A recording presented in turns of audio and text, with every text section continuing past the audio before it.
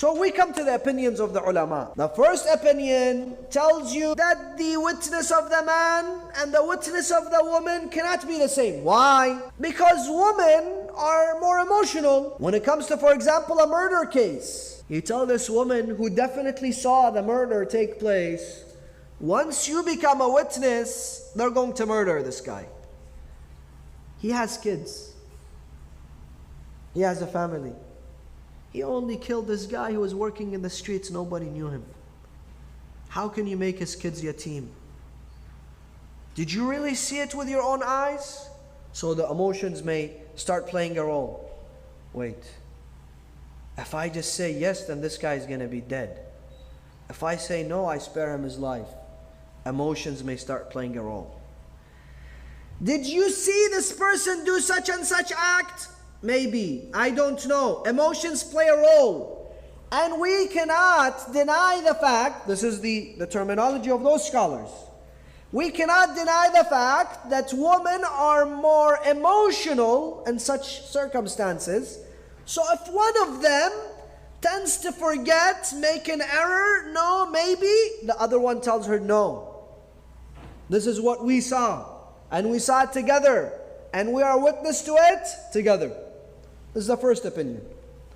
The second opinion will tell you that the circumstance has changed. The chapter 2, verse 282 that speaks of women, 2 witnesses of women and 1 witness of a man, was revealed in a time where women never left their homes.